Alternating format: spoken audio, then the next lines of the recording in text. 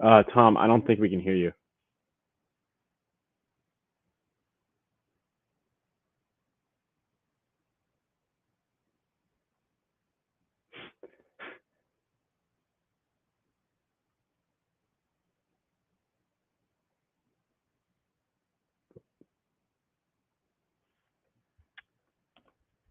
Um,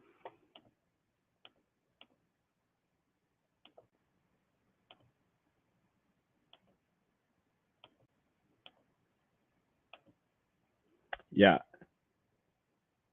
Ah, all right. This weekend's card isn't really uh one that's packed with fights.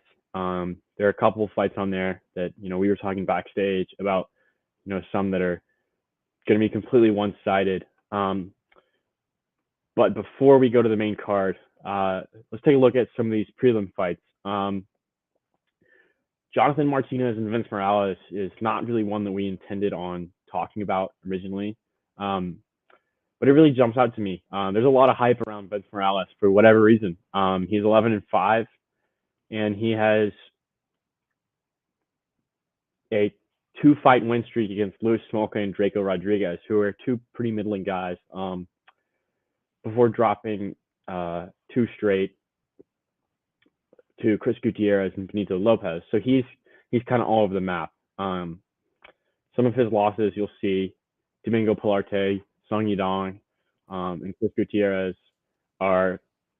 those are solid losses, but I think this is kind of where he separates his social media prowess from his actual fighting skill.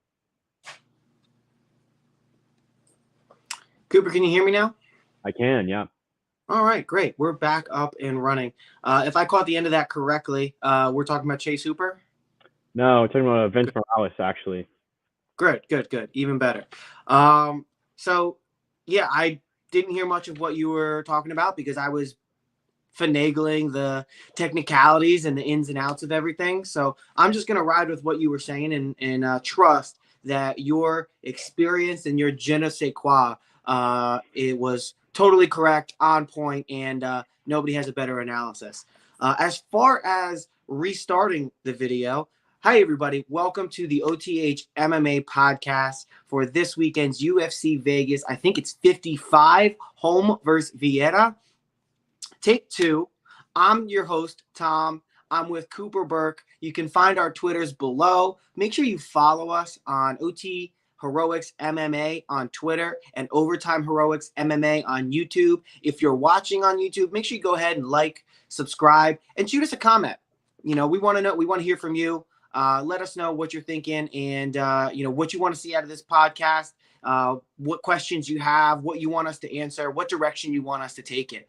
With that being said, we're going to jump into this card. And before we get to the main card and talk about each of the 1, 2, 3, 4, 5 main card fights, I want to hear from you, Cooper. What are you looking forward to on the prelims, on the undercard this weekend? We talked about this a little bit, Vince Morales, but also Chase Hooper. He's been one of my favorite fighters for a while. A lot of people don't like him. At least skill-wise, I think he's super one-dimensional. And yes, that is his problem. But he's been one of my favorite fighters for a long time. We've had a personal connection, and so I'm excited to see him get back in there against finally a fight that makes sense for him. After he won his first fight, they threw him against Alex Caceres, who would take that decision win against Hooper and make a run into the top 15. So he hasn't really been fighting a bunch of losers. He's finally fighting a guy that he can handle and really grow against, because again, he's only 22. So he goes and trains in Greenville, not too far from where I grew up. So it'll be interesting to see how he does against a fellow jiu-jitsu practitioner and someone who is a little bit more willing to engage on the ground with Hooper and who's elite grappling. Yeah, I mean, Hooper, I definitely see the similarities there. But here, at the end of the day, Chase Hooper, he's got some good wins in his UFC career.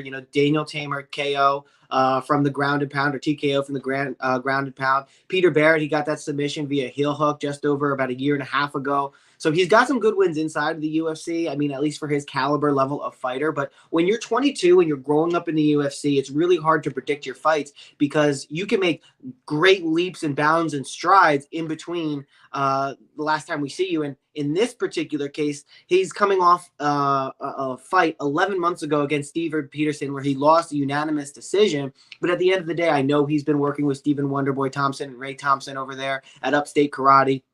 I'm really interested to see what he looks like when he comes out. I mean, in the UFC and in the cage before, we've seen him try to throw kind of crazy head kicks, end up on his ass from falling down. And that is a little bit just, I guess, the inexperience in that regard. But hey, at that time, he's 21 years old, even before that, 20 years old. Like, you don't have the time to be able to be a jiu-jitsu, practitioner that's well proven, and also have the time to go in and have a really accomplished and versatile striking game. So for those reasons, it's really hard to pick this fight. At the beginning, I have my other YouTube show, Pick and Fights. You can find us over on the Pick and Winners YouTube channel. Make sure you go and check us out there. But when we recorded our videos, usually on Mondays, Chase Hooper was the favorite, and 2 days later, now on Wednesday afternoon, he is now the slight underdog. Looking at Tapology, 60% of the almost 1,300 votes have it going to Hooper, and a good portion of those by decision here. So I think if you're betting on this one, I think you're a little bit crazy because you don't know what you're going to get with Chase Hooper. But, I mean, as far as the UFC is concerned, they're hoping for the best with him. And I'd have to imagine strategically they're going to want Chase Hooper to succeed because of his kind of his personality, his YouTube prowess, and just the novelty in the fact that he's 22 and young and growing up in the UFC. So I think for those reasons, UFC can sometimes lend itself a little bit towards boxing. And since they give certain fighters favorable matchups, I'm thinking that's what they're trying to do here. But ultimately, it's a gamble if you're betting on Chase Hooper. But interestingly enough, you were talking about your connection with Chase Hooper. Online, I've had a little bit of a back and forth with Ugly Man Joe Holmes, who's fighting this weekend against Alan Amedovski. I tweeted at him an update from my previous show from Pick and Fights. I said, hey, I'm betting on and going with Joseph Holmes this weekend. He commented and tweeted it and said, you absolutely should be. I know he's been working hard in the gym, and his previous fight with Jamie Pickett, he showed some really good things, but towards like the second round and the third round, he gassed out a little bit against Jamie Pickett. So I'm looking for Joseph Holmes to learn from those mistakes, capitalize on the weaknesses that he showed there, use his long length to keep Alan Amedovski away from him. And I just think he's much better on the feet than Alan Amedovski is. And then in order to get him on the ground, Alan's going to have to put him up against the cage and try and drag him down, which is something that Jamie Pickett didn't have a terribly easy time doing either. And we know Jamie Pickett is a massive, huge built guy. So if he's going to have a difficulty with it, I see Alan Amedovski having difficulty with it. So for those reasons, I'm going with Joseph Holmes on the undercard. And one more thing before we head out and head on to the main card is I just want to talk a little bit about Parker Porter against Jailton Almeida. And I just think Parker Porter leaves a lot to be desired when you are a 265-pound heavyweight that could probably be fighting at light heavyweight or even middleweight, but you just have extra weight on you. When you're shaped like a pear or a beanbag chair, it doesn't inspire a lot of confidence in me. And then going back and look at some of his fightings, he seems like he has a lot of weaknesses in a lot of different areas, at least compared to Jailton Almeida. I think this is going to be a fairly easy one to call for Jailton Almeida. What do you think, Cooper? Yeah, I've never really been high on Parker Porter. He does have a 3-fight win streak, and those are some names we know: Chase Sherman, Alan Badeau, Josh Parisian, but those names are not really ones that make you want to get up out of bed in the morning and be like, I want to watch this fight. Almeida, on the other hand, is absolutely electric. This Brazilian kid, extremely versatile. He's got lethal striking, solid ground game, and he just seems to have a knack for finishing fights. So, like you said, Parker Porter seems undisciplined. He doesn't bring a lot to the table to make you want to watch him, and he doesn't really have any concrete skills that make him pop like some of the other fighters we mentioned. Although Parker Porter is a hot hand right now, I think he's going to get absolutely crushed. I don't know. Is this fight at 265 or 205? 265. That's interesting to me because Almeida is cut for 205. I don't think he's going to weigh in anywhere near the 265-pound limit. So I think Parker Porter's only chance here is to kind of utilize that weight advantage that he's got and push him around a little bit. I don't know how well Almeida's dealt with that in the past. But if Parker Porter really wants to make a run at this, he's going to have to utilize the fact that they're probably going to be different on the scales. Almeida is big for 205, but I don't see him getting anywhere near the heavyweight limit. Yeah, no, and I mean, trying to recall this fighter's name. Maybe you'll be able to pull it up. But we saw him last time. He got submitted via scarf hold, and then he was basically puking. It wasn't Chase? No, it wasn't Chase Sherman. I don't know why I want to say it was Chase Sherman. Rogerio Molina? No. White guy, fat. Jared Vandera, maybe. No, Jared Vandera lost to Olenek at 273. Yes, that's what I'm talking about. That's exactly what I'm talking about. When Jared Vandera lost to Alexei Olenek via scarf hold like a couple months ago, there was a good period of time where following him tapping, he was like gagging on the canvas, like ready to throw up. And that's not something I see typically with fighters who are in shape. I think what that comes from is specifically that submission hold, which a lot of cases isn't really a submission hold. A lot of people just tap because of like the pressure of it and not necessarily because they can't breathe, as with typical submissions involving the neck. But because he was going to throw up, it meant that his fat was almost like pushing against his stomach, which made that want to eject. And I think when you're a overweight fighter, you have different difficulties that someone who's in shape doesn't possess. And I'm looking at Jailton Almeida. He's got quite a few submissions on his record. That concerns me, being a little bit overweight. You don't know how it's going to affect him as he goes later into the fight. Like you said, Jailton Almeida, he's a jacked dude. Now he can come in. Probably he's going to come in around 225, 230, significantly under that limit, but not too heavy. Probably is walking around weight. So we may even see a better Jailton Almeida, and this matchup could be good for him. But, long term, he's not necessarily built to be the heavyweight just because of size and stature and overall frame. But there are really good matchups for guys who are right at that, like maybe 210, 215 would be a perfect weight class where they can kind of come in at their walking around weight, at their training weight, and kind of beat up on somebody who is less than a peak athlete at this point. And I think, that's fair to say. And I think you had a really good point about with, Parker Porter and his like level of dedication a little bit or his like commitment to diet and regimen and training and cardio. It's always kind of confused me how people can be professional athletes and then come in kind of, with the optics that Parker Porter has, in terms of his frame and all of that. You would think with all the cardio and the kickboxing and everything these guys do to train that, a lot of that would melt off. It's almost like seeing a fat swimmer. You're watching the Olympics, you very rarely see a fat swimmer, and that's because they're doing cardio all the time. So when you see a fat fighter, you definitely start to question their stamina, their endurance, and all of that. Moving on to the main card, we got Eric Anders versus Young Park. And for me, I think this is a fairly easy one to call. Well, maybe not easy, but I just think that Eric Anders is a guy who has to overwhelm you with volume strikes. He's an entertaining fighter, no doubt, but he is a volume puncher, and he doesn't have that one punch KO put you out power. And that's what we've seen really be the weakness of the Iron Turtle, Young Park. Park is he's got submission wins. He really doesn't have too bad of a chin. I know, RoboCop Rodriguez is coming off a loss about 6 months ago to him. So, sometimes if you get overwhelmed and you have those power shots that could put him down, you might be able to finish him off. But that's just not a trait that I see Eric Anders possessing at this point. I don't think Eric Anders is going to be able to out-grapple Park by any means. And I think Park's going to be able to get this down to the ground. He's a little bit younger. He's a little bit shorter in stature, but not giving up too much reach. I think, Young Park, the Iron Turtle, kind of paying homage to my old days as a Maryland Terrapin. I'm going with the Iron Turtle. Yeah, this one's tough for me. Andrews is one of those guys that are at 185, 170, and 185.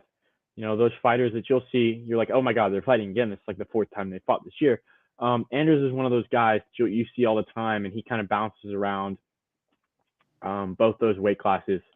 Against guys like Krzysztof Jotko, GM3, Khalil Roundtree.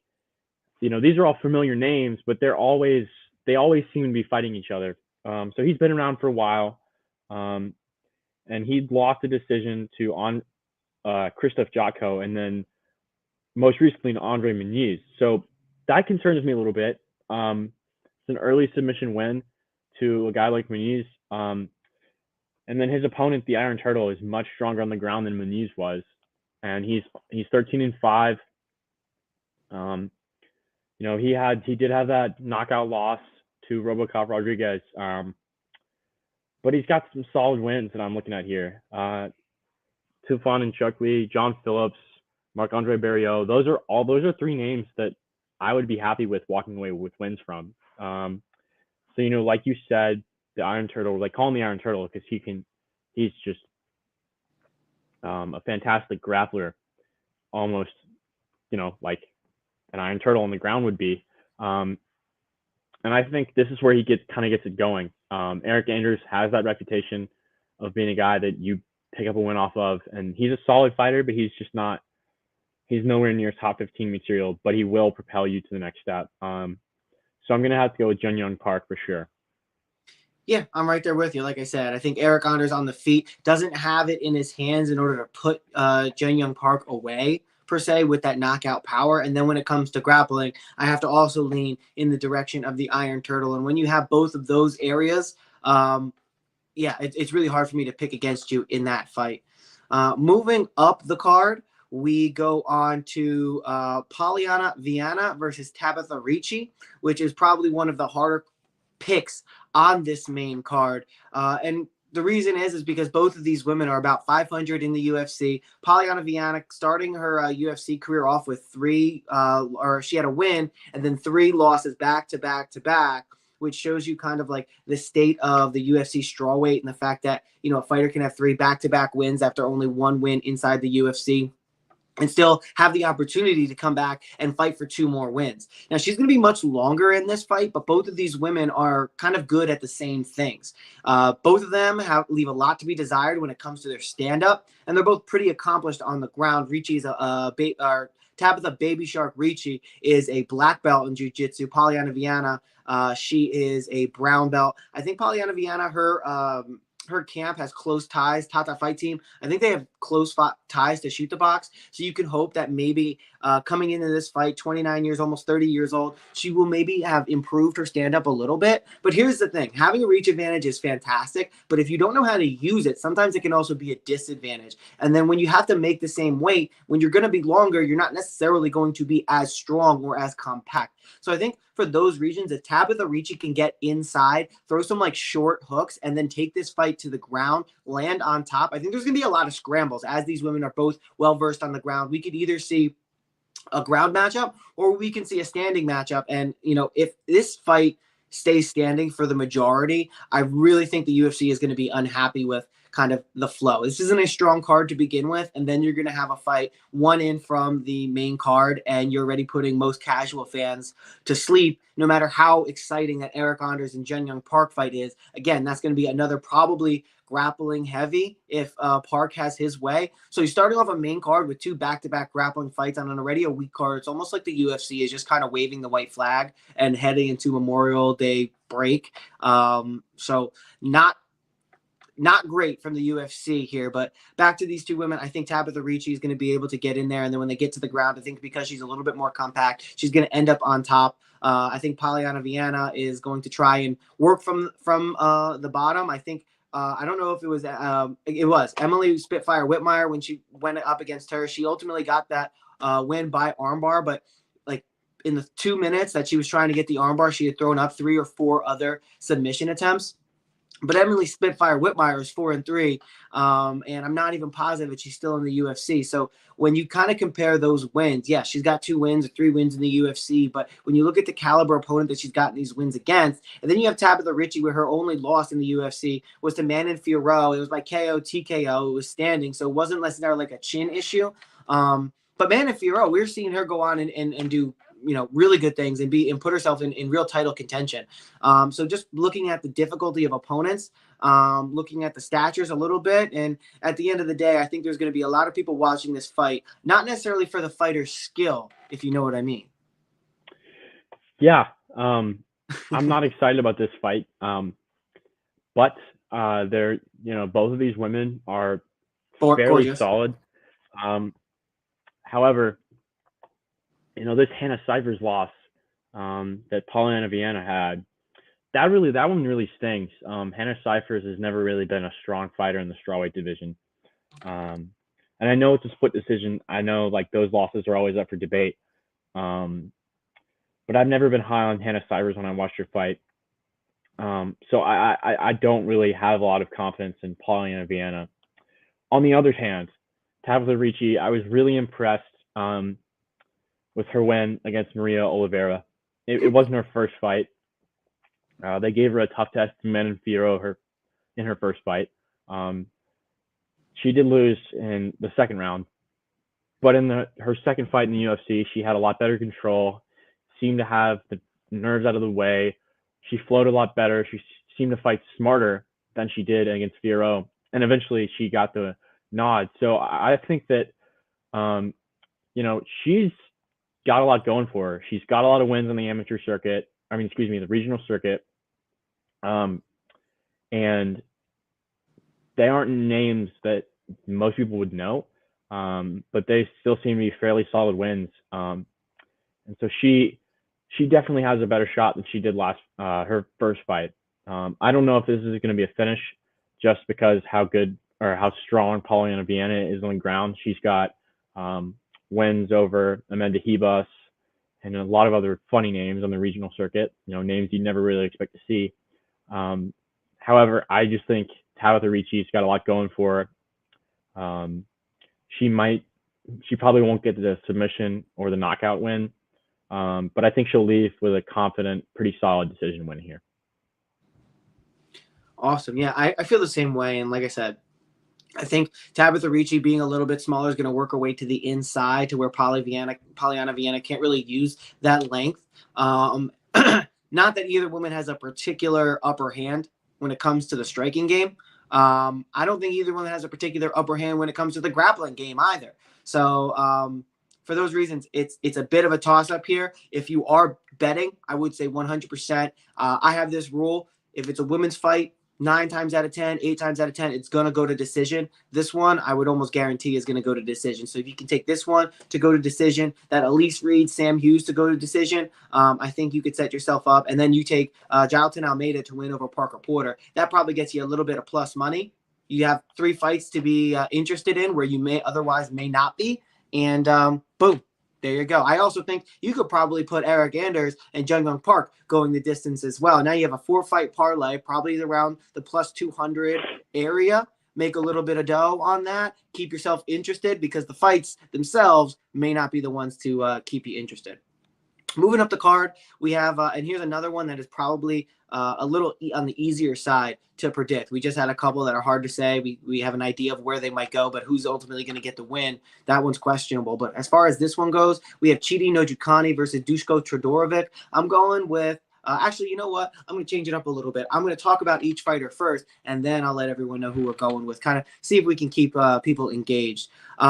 Dushko Todorovic, he's had a UFC career that has left a little bit to be desired. Looking at his 5 fights back, he fought Teddy Ash on the Contender Series, fought to a unanimous decision. After that, he got his contract, fought Daquan Townsend, won in the second round by TKO, grounded pound. And then he had 2 back-to-back losses to Pugliali Soriano and then Gregory Robocop Rodriguez, mentioning that name again, I think for the second or third time in this video. And then he came back 5 months ago against Maki Pitolo and got a TKO ground and pound win there. I think Dushko Todorovic leaves a lot to be desired from an MMA skill standpoint.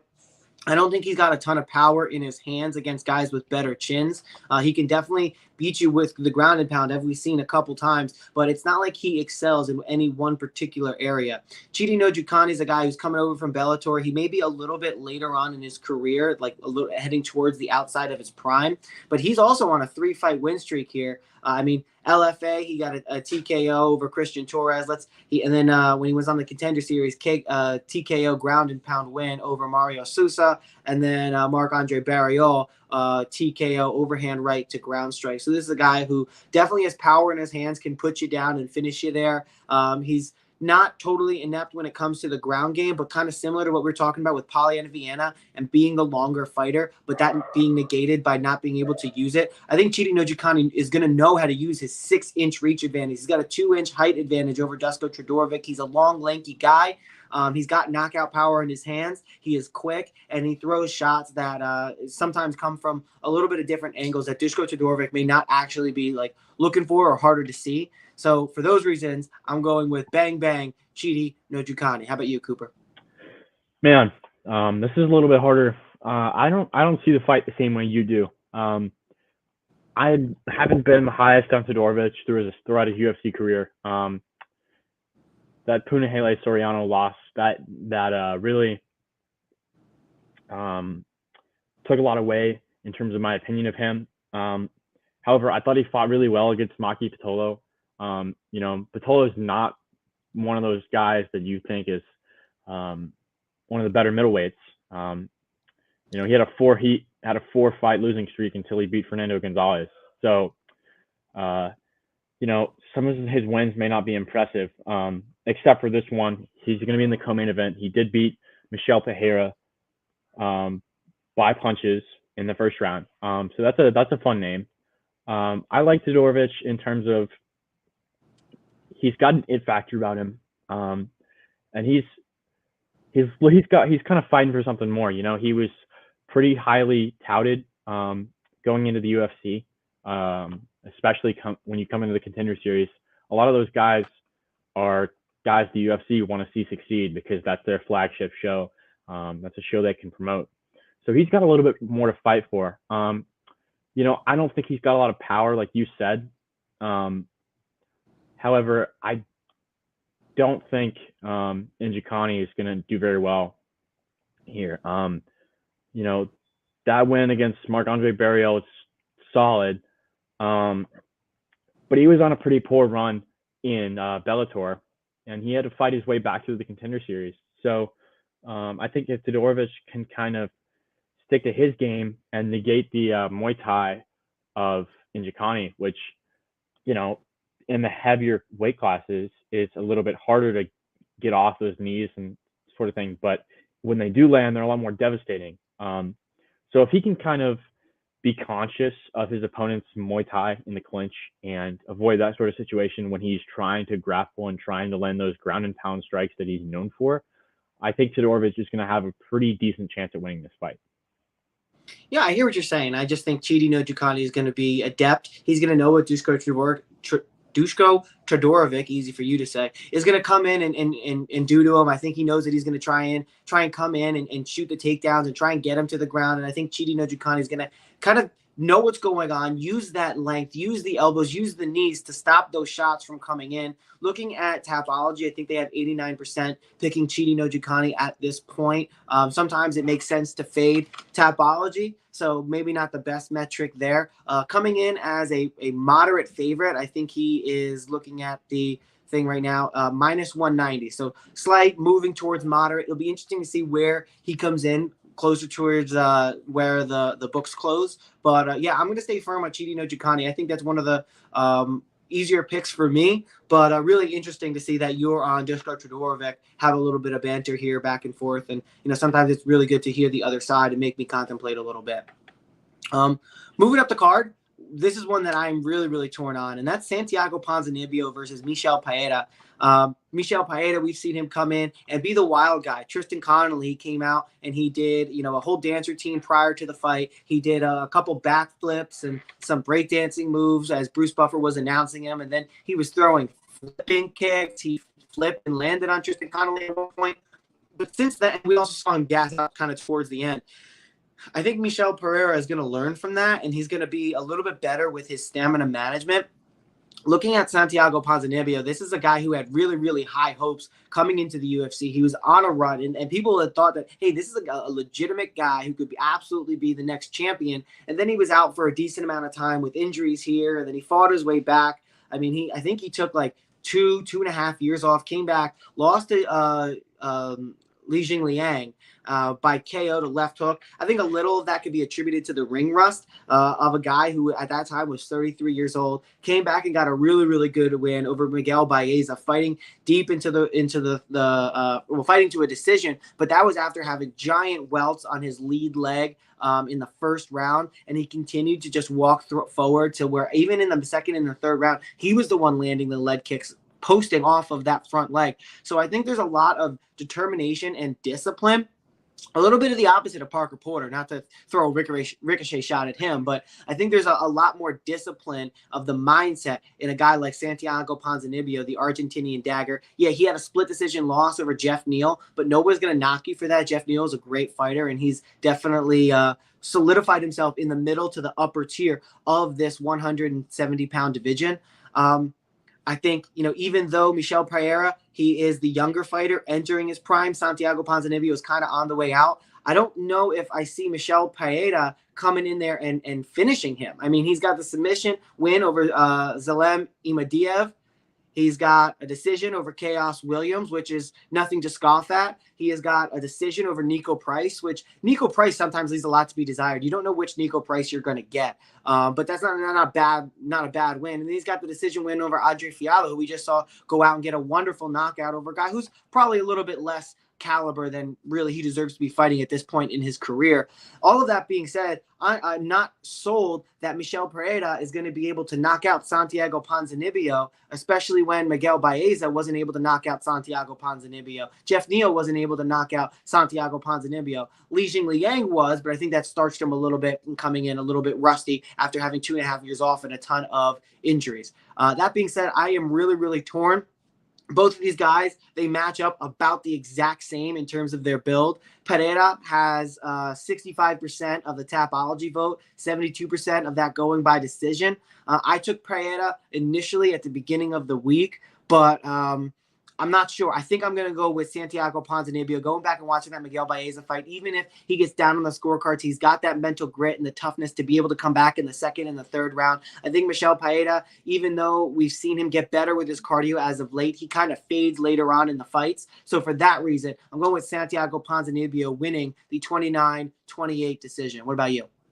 That's a smart pick. As you're talking, I'm kind of going through Michel Pereira's record right now. He is on a 4-fight win streak.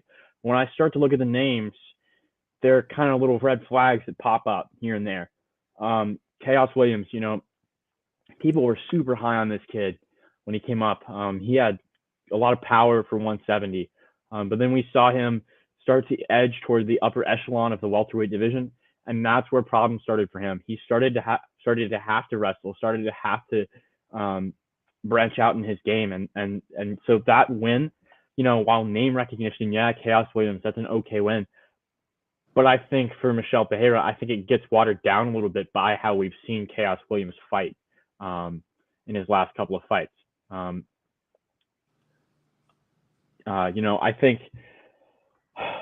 think that Michel Pereira's been fighting a little bit smarter. But that Andre Fiallo win, that's not something, like you said, that's not something that wows me. I like Fiallo as a prospect. I think he came up a little bit too early, but we saw what he did against Cameron Van Camp pretty recently. It might have been last weekend. But again, Ponzinibio, guy's a dog. We thought he was going to be a champion for a long time. He's got great grappling, especially, for that division. He's got nice wins. Neil Magny, Mike Perry, Gunnar Nelson, Court McGee. That Gunnar Nelson knockout with the lead left hand was ridiculous. He was always a guy that had a lot of power in his right. To knock out Gunnar Nelson with his left, I think really showed the versatility in the power and just the overall balance that Santiago Ponzinibio brings. Sorry to interrupt. Keep going. No, there was one doubt I had is I remember where I was watching that Li Jianling fight, um, and I didn't like how it ended. It looked like it was rough for Ponzinibio. He got put on his butt. However, he wasn't like getting smacked around the whole fight. That was later in the round, um, and I think he gave him a run for his money. I think he's going to kind of pick up his form. A fight against Jeff Neal as a split decision, that's nothing, like you said, nothing to scoff at. So if he can really find his power against a guy like Michel Pereira and make sure that Pereira makes mistakes, we've seen him do flips and Showtime kicks and all this crazy stuff. If he can kind of force Pereira into those mistakes and not give him opportunities to screw around and get crazy finishes like he's known to do and just fight discipline like he knows to do and keep it close and keep it dirty, I think that Ponzinibio is going to have a pretty solid chance of winning this fight. I hear you. Yeah, so we're in agreement there. Santiago Ponzinibio. I'm thinking it's going to be a decision win here. Moving up to the main event, we got Holly Holm, the preacher's daughter, against Finomeno, Caitlyn Vieira. I can send it over to you first. I've taken the lead on the last few. Who do you think is going to take this one, and why and how? Man, this is kind of a tough one. I like both these fighters. I've liked Vieira for a long time. Then Holly Holm came back after her really long layoff, and she impressed me. She's still got power in her hands despite her age. She did lose to Amanda Nunes 2 years ago, almost 3. But those wins against Raquel Pennington and Irene Aldana, those are kind of holding up. It'll be interesting to see how Holm moves with her advanced age against a girl like Caitlyn Vieira, who is a little bit younger. She's only 31. Holm is much older than that. And she's got a big win over Miesha Tate. So both these girls can fight. I don't think this fight's going to be a finish. I think maybe the only finish I could see would be a submission by Caitlyn Vieira, but it's not like she has a lot of those. Her last win by submission was an arm triangle choke over Sarah McMahon way back in 2017 when I was still in middle school. So, I really don't know about this fight. I think it could go either way. Just in terms of form, I'm gonna go with Vieira right now, just because Holm is almost 10 years older. She's 40 years old, so she's way out of the end of her career. She may have 2 wins, but I think Vieira is going to be a lot faster and negate that striking advantage that Holm might have. So I think it's going to be a lot of grappling heavy from Vieira, a lot of defensive jiu-jitsu, defensive wrestling, maybe some clinch work in the Muay Thai to kind of avoid the electric striking that we've seen Holly Holm have in her fights. I don't know if Holly Holm still has that power, but if I was Vieira, I wouldn't want to test it. I've seen girls get knocked out cold by Holm. So I think Vieira is going to fight smart. She's going to fight cautious, and I think it's going to be a pretty boring fight.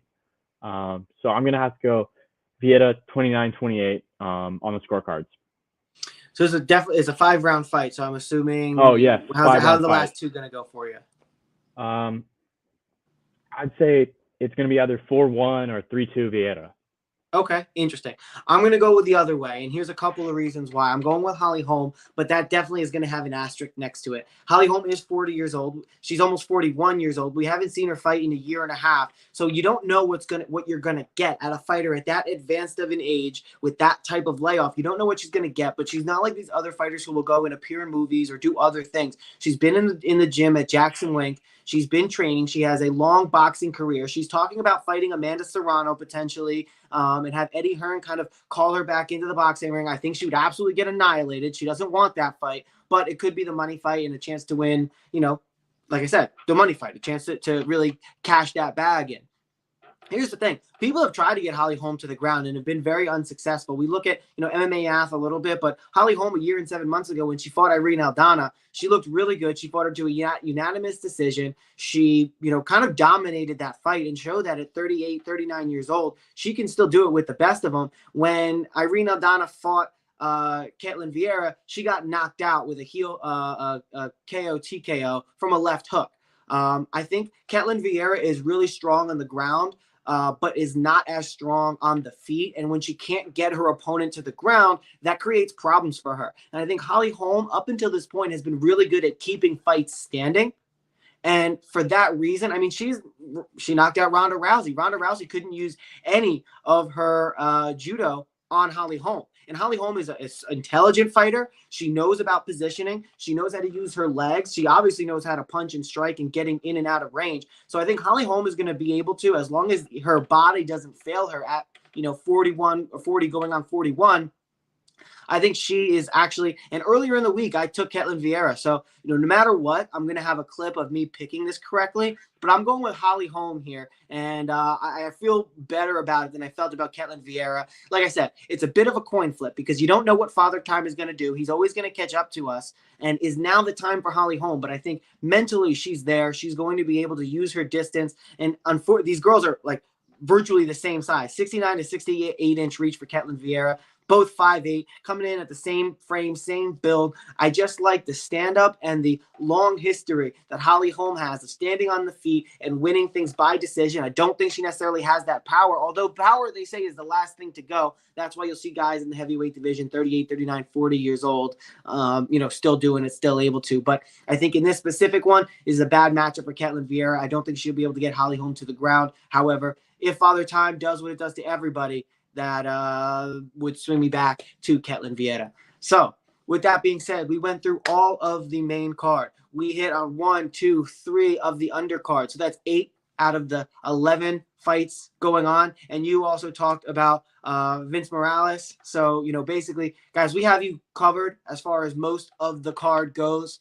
If you like what you're getting from us, make sure you like, comment, subscribe to the video. If there's any direction that you want to see this go, if you want to see us talk about MMA news or rumors, let us know. Drop us a line. Make sure you follow us at on Twitter at OT Heroics MMA.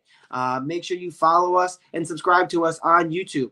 My Twitter is right here. I can never get that right. Cooper Burke, tell the people how to find you, and then we'll tie a bow on this sucker. Yeah, I'm on both Twitter and Instagram as Cooper_Burke9. I'm pretty active on Twitter. So if you guys want to read articles from OTH, watch videos like MMA IG Weekly, we've got a friend of ours doing, you know where to find me, and you know where to find the rest of our content. Thanks for watching, and we'll see you next week. Enjoy the fights.